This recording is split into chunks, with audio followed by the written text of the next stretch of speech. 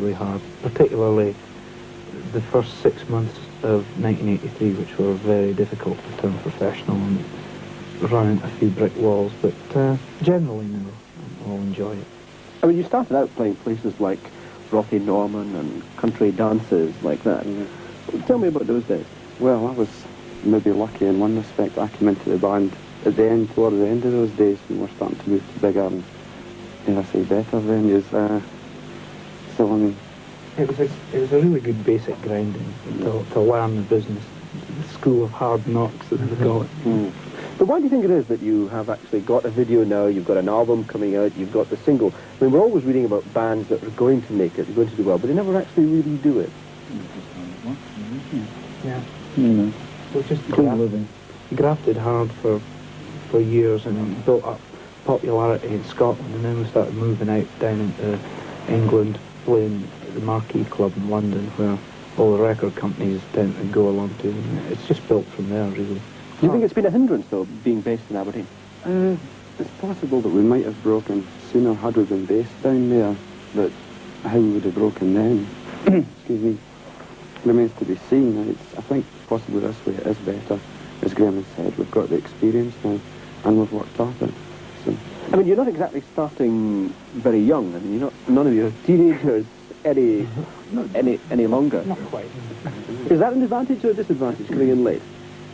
I think it's an advantage because I mean, there's a lot of money suddenly appears, and all the things that go success, and if you're a bit more mature, it's easier to see through the tinsel, and keep your feet on the ground, I think.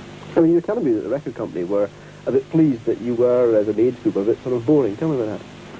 Well, we prefer to drink tea than brandy and what have you. I mean, a lot of bands come stumbling into EMI drunk and abusive, and we're just quite quiet and retiring. We just like to let the music do the talking, I mean, are you fashionable? Would you describe yourselves as fashionable?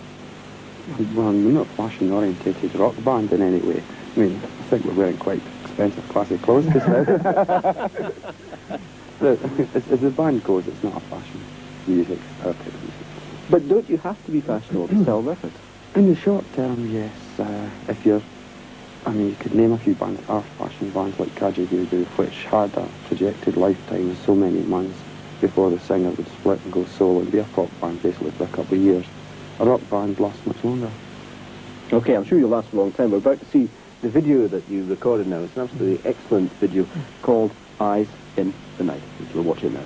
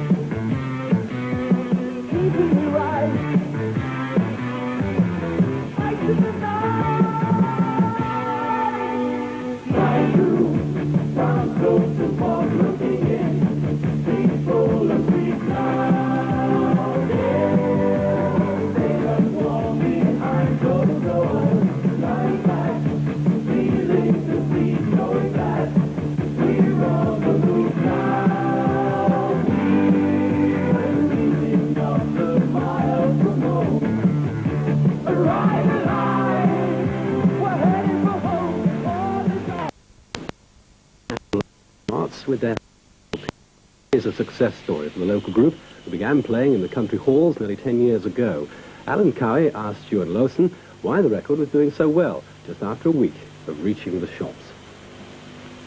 One, we've had a very good publicity campaign behind it, and also I think we've been happily surprised by the numbers of, initial fans that the band's actually got. There seems to be a larger grassroots level following than we'd anticipated.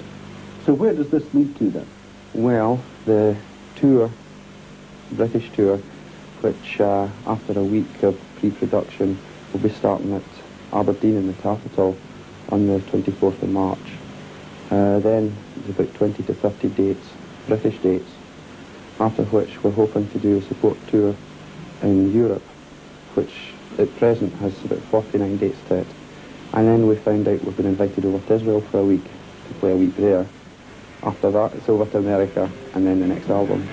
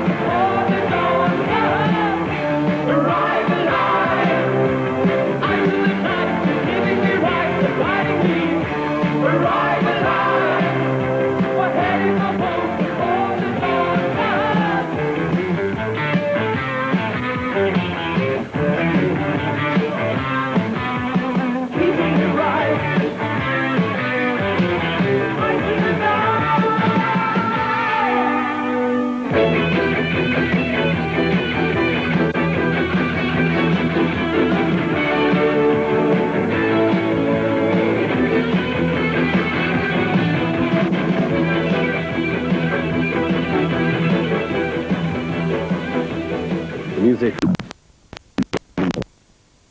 Tour there at Fusion on Thursday, and came into the studio to record this number especially for us.